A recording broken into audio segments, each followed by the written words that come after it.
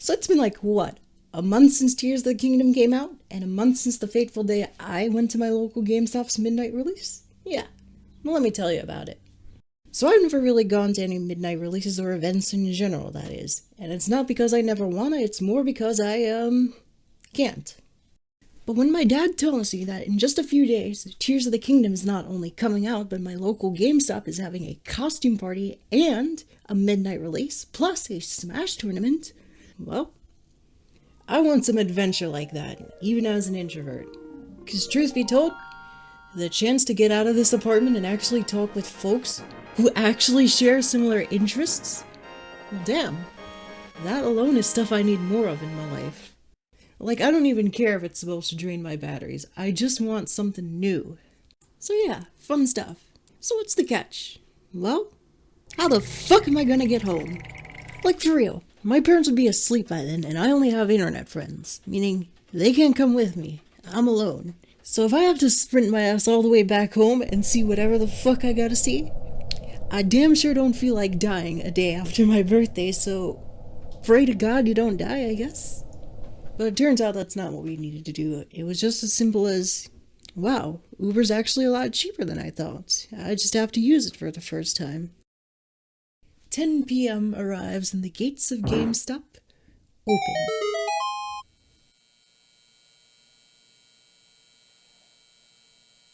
Alright, y'all. We're just here to help you pass these 2 hours so you don't get bored. And we can get some stuff doing, all that good stuff and more stuff, all done, just so we can sell you a few of these when it's finally midnight. I hope that made sense, but any questions? So, what happens if you have to use the bathroom in these 2 hours? Oh. I hope you can jog to Wendy's.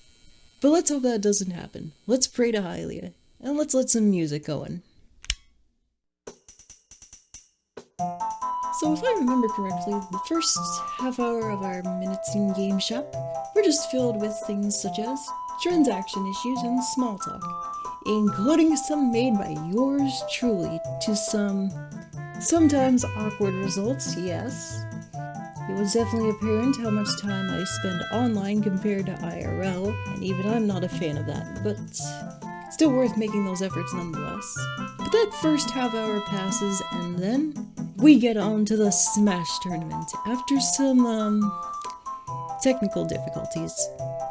Dude, where in the H do I put in this power cable? I'm gonna be honest, not even the aliens could decipher this shit. So we just settled for this a lot smaller TV, like, all 5 of us, which isn't really that much, have to crowd around it, and I have to look at it from the side, at an angle, so I'm already at a little bit of a disadvantage in terms of competitiveness, but as it turns out, it wasn't really all that competitive for a tournament. It was actually just some more laid back, fuck around, free-for-all. And you know what, that's kind of relieving in a way.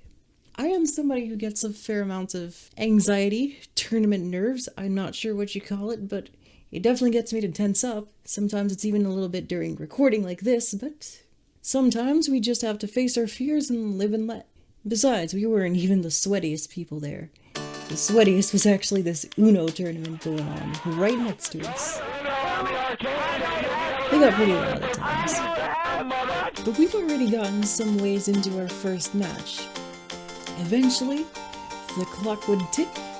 Time. And your winner was me. Like, holy shit, bro. I won? Yeah, you won. In fact, if you win again, I'll give you a discount. 10%. Cause look. Well, good luck. So things get tense. I actually rack up the percentage to like 150 or 200%. And I nearly die one time. You see the red flash on the screen and you think, oh, that's it. But it wasn't. DI saved me, and eventually, I got that witch out of here, and she's all unlocked. So that was a pretty cool moment, not gonna lie. Oh, another fun moment I remember was, bro, get this Yoshi out of here. Then, after looking at the screen for so long, I look backwards and, holy crap. We went from like 8 people to like 25 now? in this tiny ass little game shop? Well, damn. I mean, I hope they enjoyed all the battles. But just as quickly as that happened, we hit 11 p.m., if I remember correctly.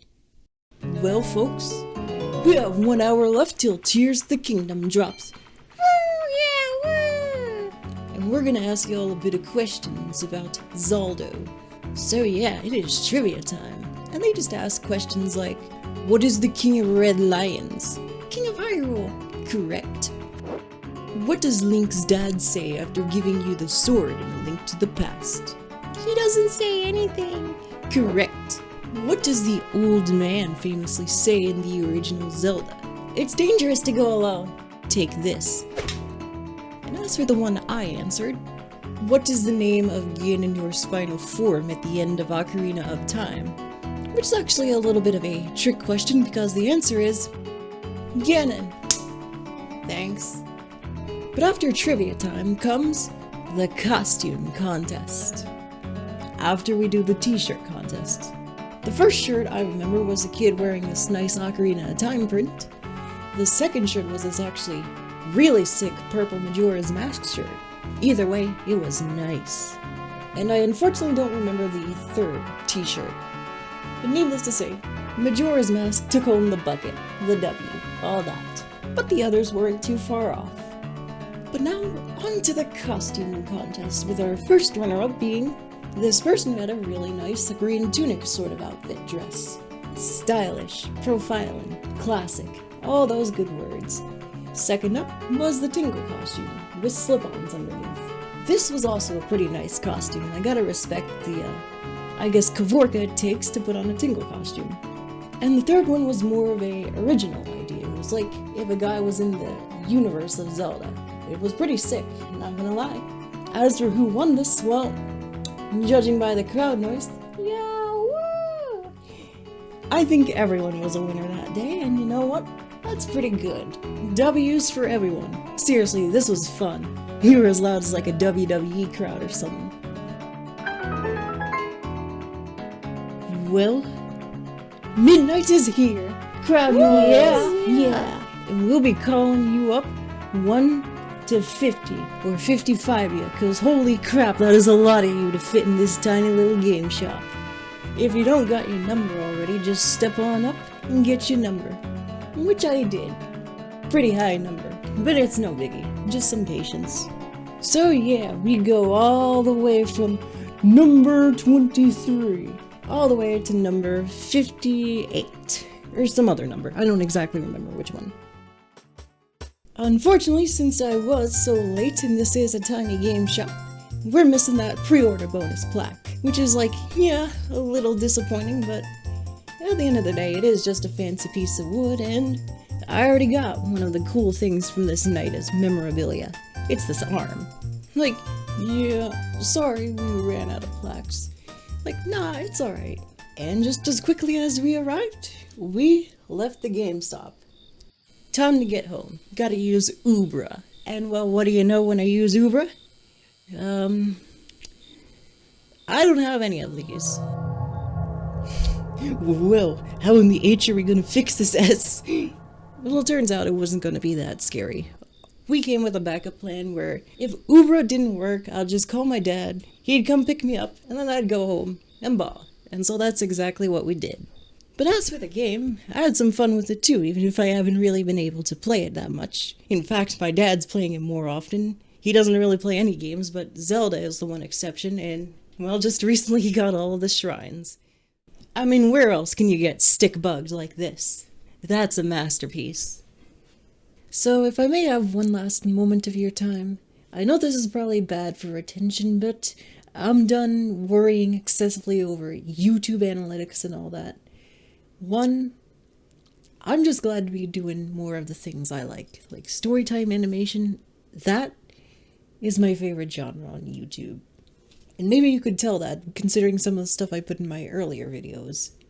I never had the confidence that I could do it until I decided, after last video, maybe I should try it. And what do you know? I enjoyed making this video way more than I did any other ones I've made before. And this is the kind of stuff I want to make moving forward, even if I know some of y'all weren't here for that. That's why I'd like to know if y'all would like to see more of this, as well as what you'd like to see more of, because I'm leaving a whole list of ideas down in the comment sections below. Like really, I'm just glad to be following my passion in general and doing more stuff. Just like I did in this video with getting outside. 2. Still a major thank you to the OG patron, Like Hates Max. You've been a real one, for real. And like on the topic of Patreon, I don't usually know what to put on there, so I hope that's alright, and I want to just, if you have a means to support me, I usually feel like I have to give something back, especially with Patreon, but I just don't know what to put on it, so I'm thinking maybe I should set up a coffee or something. Just something to finally get some money off of YouTube and such. If anyone's got advice on that, let me know. And 3. Although this was supposed to be released during Pride Month, animating takes time. But you know what? I don't really care what month it is, cause y'all welcome here either way, if nobody's told you already. Skedaddle skedoodle, this is a doodle saying toodle.